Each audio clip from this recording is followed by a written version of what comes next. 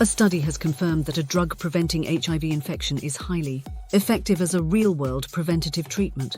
The findings from the study, which involved 24,000 participants across England, have been described as reassuring.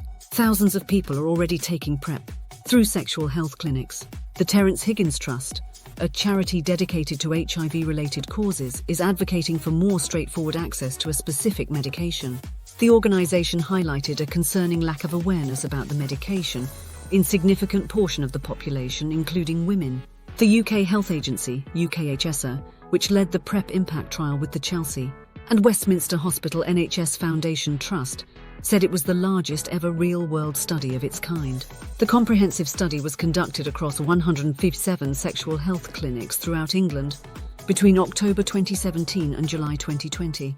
The study found use of PrEP, which also known as pre-exposure prophylaxis, reduced the chances of getting HIV by around 86% when used in everyday life, taking into account inconsistent or incorrect use. Clinical trials suggested the medication is 99% effective.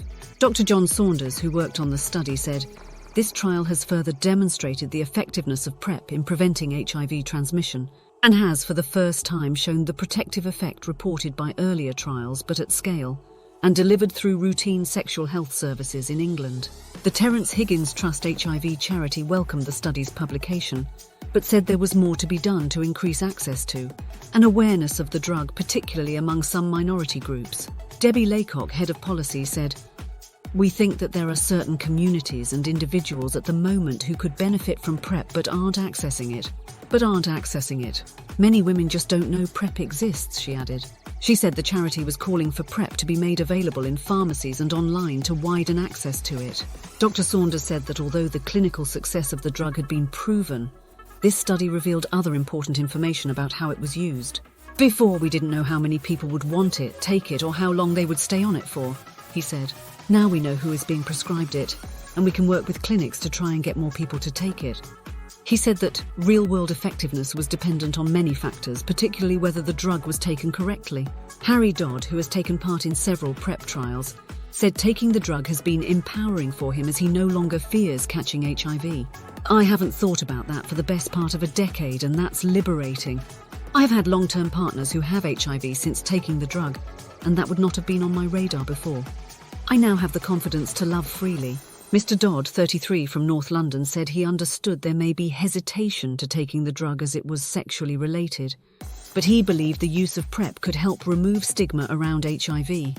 The 𝗬𝗓𝗣𝗑𝗧 said the effectiveness of the drug would help achieve the government's aim of zero HIV transmissions by 2030, but that more people needed to take it.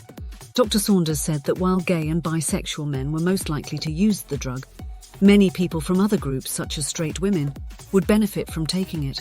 PrEP, which contains existing HIV treatment drugs, tenofovir disoproxil and emtricitabine, works by stopping HIV from entering the body and making copies of itself. It can either be taken as a daily pill or an event basis before sexual intercourse. The decision to make the treatment widely available on the NHS in England in 2020 was partly based on earlier findings from this research, as well as results of earlier clinical trials. The results of this study, published in The Lancet HIV, have only just been released because of the large sample size and the time taken to peer review it. John 𝗓𝗏𝗓, National Director for Specialised Commissioning at NHS England and co-chair of the PrEP Impact Trial Oversight Board, said, "Not only did the trial directly prevent many cases of HIV, help normalise the use of PrEP, remove stigma and pave the way for a routinely commissioned clinically and cost-effective PrEP service, but it also made a very real contribution towards our goal of ending new cases of HIV by 2030. We are delighted that PrEP has proven to be highly effective in reducing the risk of getting HIV, and people can access it for free from Sexual Health Service."